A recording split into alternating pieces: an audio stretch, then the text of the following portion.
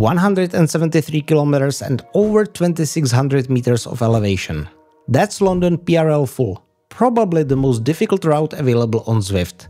You cannot do it unprepared, so in this video I'm going to tell you how I did it and also how you can obtain this last badge and 3400 experience points for the completion. The funny thing is, neither the length or the elevation gain are the hard things about it. Sure, it's difficult, but it's not like crazy. After all, many of you can do Imperial Century with no big challenge and even outside, which takes longer. But the most difficult part is hidden inside your head. Usually when you are doing a hard ride, you can make a list of mental checkpoints that you can cross as you ride. That's very difficult here because you are doing laps on the boring and mundane London Loop. 11 of them actually. Which also means 11 ascents up the, in my opinion, also quite boring Box Hill.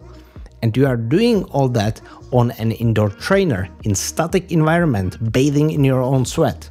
It's not very pleasant.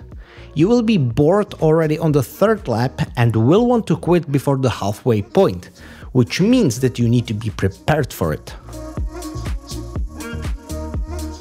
In terms of physical preparation, you can do your standard endurance training, but honestly, if you ride regularly on Zwift, you are probably prepared physically already. It's really not that hard, it only takes a lot of time. Expect to stay on the trainer anywhere from 5 to 8 hours, depending on how strong of a rider you are. That also means you will need to prepare in terms of eating and nutrition. You cannot do this purely on water. Aim to eat and drink about 60 grams of carbs every hour. I was drinking sports drink and Coke and eating things like energy gels, bananas. I also had some gummy bears and dried fruit like cranberries and pineapple. But the most important preparation is mental anyway. I'm going to be blunt and honest with you. You will hate this, period. What's worse, the route is so mundane that you will hate it way sooner than you think. After like 4 laps, you will feel like it has been an eternity, and by that point you will still have almost 2/3 left. It's horrible. Personally, I've become mentally drained way sooner than when I was doing virtual Everesting. You need to be prepared for it, recognize it when it happens, and then simply power through. When it comes to execution, you firstly need to plan when and how you are going to do this.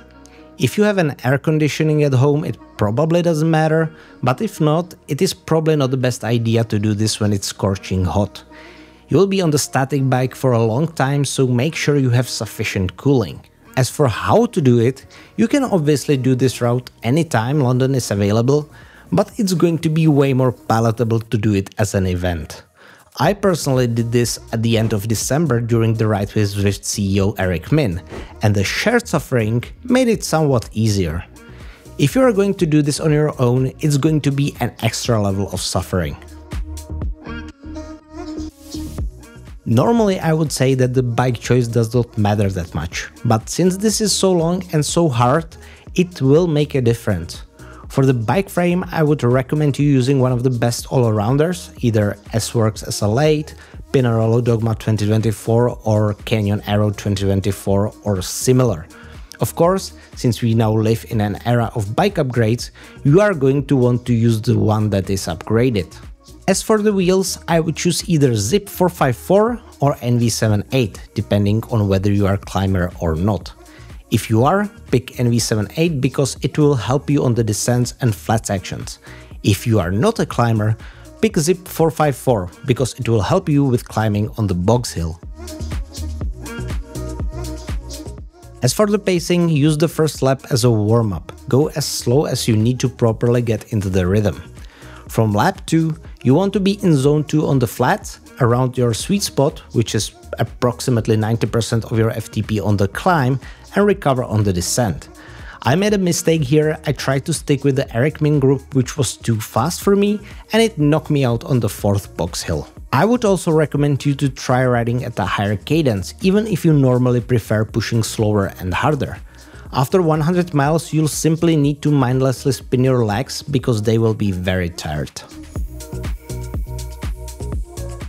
For a ride this long, you will need plenty of distractions. Do not even attempt this if your plan is to watch your avatar all the time. YouTube or movies are your friends here. I personally live streamed this event, so I was busy chatting with you guys, but whatever you do, just do something. I completed this event in 5 hours and 55 minutes. Did you already do this? If so, how long did it take you? Let me know in the comments, and if you like this video, subscribe, and I'll see you next time.